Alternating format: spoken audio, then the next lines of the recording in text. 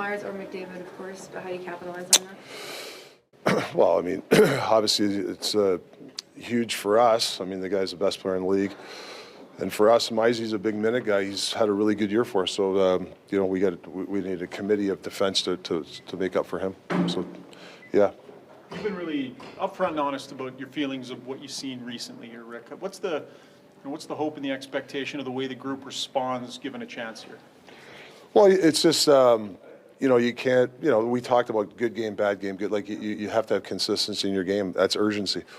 We need a little bit more urgency from people. We know that, but we got to stop saying it. Now it's action, right? And we know that there's 5 feet out there that we can get, and we have to demand that 5 feet. I think that's really in our game.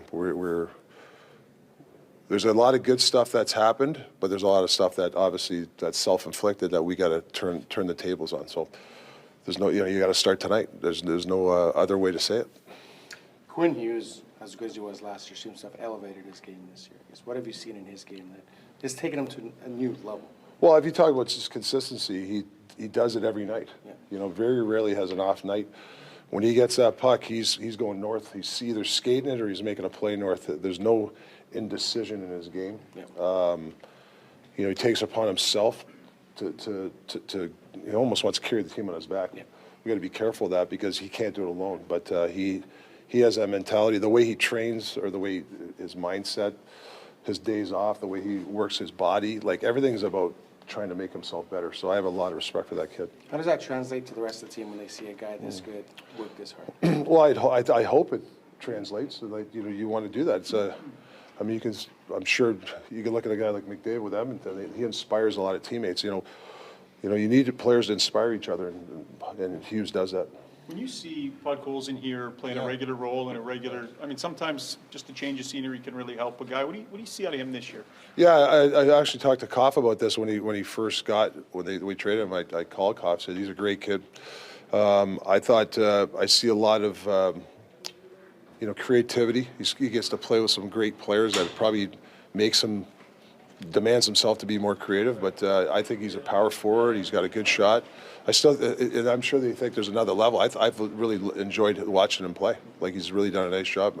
You root for a kid like that too. He's a great kid. Same lineup tonight. Who's in goal?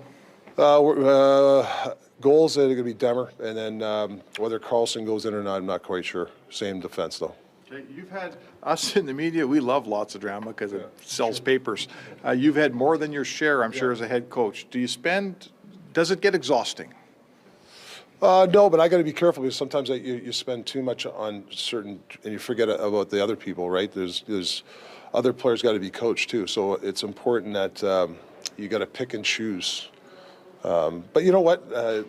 Whether it's drama or unfortunate things that happen, you become stronger as a team. The adversity. I've been lucky to be involved with 3 Stanley Cup teams, and there's always been some confrontation in those years. There's been something, and you can talk to any Stanley Cup champion. It's never easy. So we're just getting a little bit more of our share. So can we come out of it stronger? That's the way I look at it. Is there a positive out of this adversity? Vinny's Desharnais back in his old stomping grounds. Just want to know what you've seen from him this year. I think he's improved the last 2-3 weeks. I think early on he struggled a little bit. I think the last 2-3 games, or 2-3 weeks, I think his game's coming. Moving his feet, good stick. So yeah, he's starting to come. Is it good in it's a long schedule, and there's a lot of nights where, guys are playing, but tonight when you get Edmonton, there's a playoff history, there's stuff, everyone's a little bit more juice in this game. Is it good for a coach to have a little more of that? Yeah, I'm glad we're playing this, especially after our Buffalo game. I think we need this. You got to play 82 games. But you got to embrace it as a player. You want to play in these games. You want to play in a heated rival. Like, who wants to play in a, non-hit back in like a nothing game? Like, those games suck. April, you're out of the playoffs. I mean, these are the games you play hockey for. Like, this is a great game to coach, a great game to play. Like when Rick says what he says and is public about it and expresses disappointment, like as a group, I'm sure that resonates. How do you guys sort of process that, and what do you do about it? Yeah, obviously, I don't necessarily think he was wrong. I mean, this is a game that is results based, and also there's emotions involved, and we were disappointed as well. I think that it's one of those things where the group has to come together and obviously have a response tonight against a good Edmonton team, and try to build something, but understand the kind of the messaging that he was saying, and take it to heart.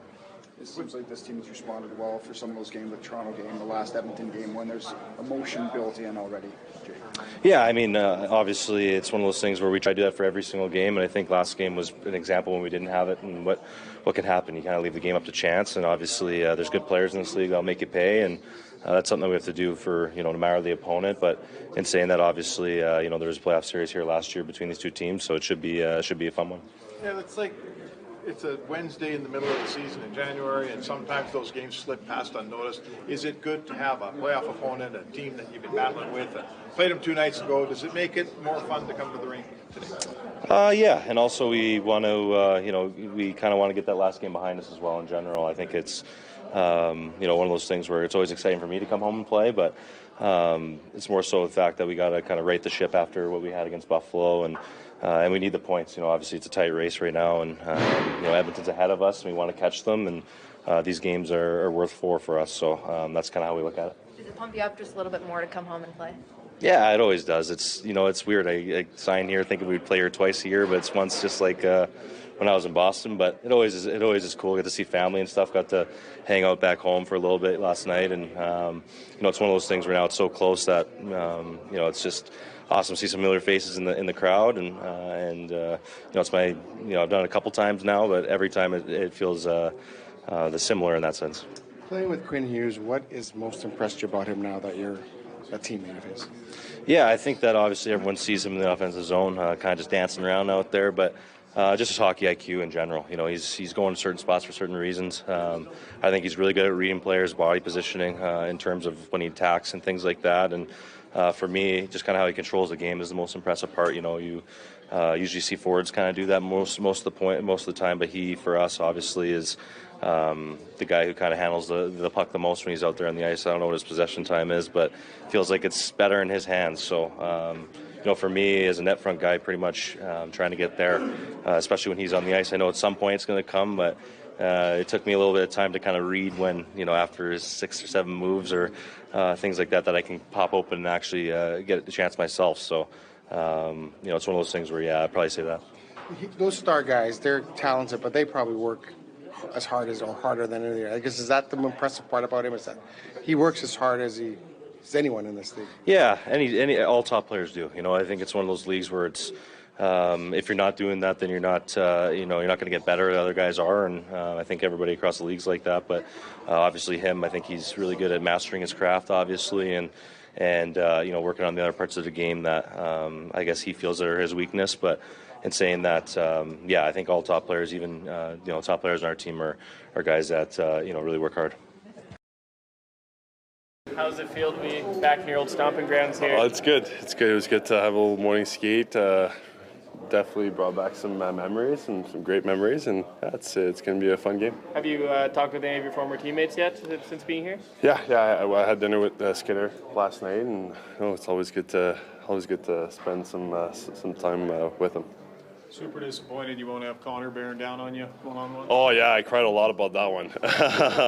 No, it's. They have a lot of talent, even though Connor's not there, and we better be ready because they have a lot of skills. This return aside, when your head coach talks about being disappointed in the group and the play, and he's, I'm sure he's saying it to you guys behind the scenes too. How does that resonate in the group, and what do you guys do about that? There's not the magic recipe. It's just we just gotta be better. I think it's not just the D-men, not just the forwards, not just the goalies. I think it's everyone. We all got to look at ourselves in the mirror and just find a way to be better, find a way to be more consistent. Because it's not like we're playing terrible games. It's we take the lead, we're in control, and then next thing you know, boom, we're down, and we just kind of quit on it. So I think it's just it's just bring consistency. All 22 guys, all 20 guys to bring consistency every shift. Of course, McDavid out of the lineup, but you also got Myers out of the lineup as well. How do you guys adjust tonight with a guy big minutes is missing? Yeah, I think all D-men have to step up a little bit, take a few more minutes, and me personally, I've been trying to step up a little bit more, step up on the PK, and I think it's been good for us. It's growth. We just got to figure it out, and I think last game defensively, obviously there was a few breakdowns, but overall with Almighty it went well. But tonight's going to be another good test for us. Vincent, now that you're his teammate, what most impresses you about Brandon Hughes? I mean, there's just so many things that he does. Is just the way he moves at the blue line. It's funny because like you want to learn from him, but it's like I don't have that in my bag, you know. It's just as much, even though if I'm trying to learn, and he's such a unique player, and it's it's funny. For 2 years I saw Connor and Leon do their things, and then I get here and you have Quinn, just a different type of player, but just bringing so much offense, and he's bringing so much to every shift he's on the ice. He's creating something. So I find myself pretty fortunate to be here. What kind of leader is he off the ice? He's not the most vocal, although he's starting to take a bigger role in the locker room, which is great to see. But he's just when he says something, when he stands up and says something, guys listen to him, and he's just his work ethic every shift. He wants to win so bad. He wants to be a winner. He wants to win every single game, and it's I think he's been doing great, and I think he's just getting better every game, every week at just leading. And he's still so young, and it's great to see how he's been growing. This is going to sound a little off topic, but we have the PWHL game coming here in a couple weeks. I know there was one in Vancouver just a while ago. It was really well attended, 19,000 people. What are your thoughts on the success of the women's side and possibility of the league expanding to the West? I don't think there's any surprise. I know a few of them. I've been around a few of them, and everything that they've been doing without a salary, their work ethic, and going to the gym every day, and going to work after a regular job, and meanwhile I'm complaining about this and that, and we're flying charter everywhere, we have food, and they have to drive themselves, and so it's all credit goes to them, and I think with their work ethic, their determination, I wouldn't be surprised to see if the league gets just bigger and bigger. No love lost between these two teams. You saw it in the playoffs last year on the other side. What's it like being on the other side this time around? It's a little different, but I don't mind it. It's nice. You kind of see both sides, and it's a fun rivalry that's kind of building up every game, and should be a pretty high emotion game tonight. And I think everyone in this locker room is very excited about it. Yeah, a little weird having the fans cheer against you this time, eh? It is what it is. It's part of the game, but a lot of fans have reached out to me. I've seen around. They've been really nice to me, so it's always nice to get some love from the Edmonton fans. Jake, thanks for joining me today. Generational talent. Thanks for liking the video and subscribing.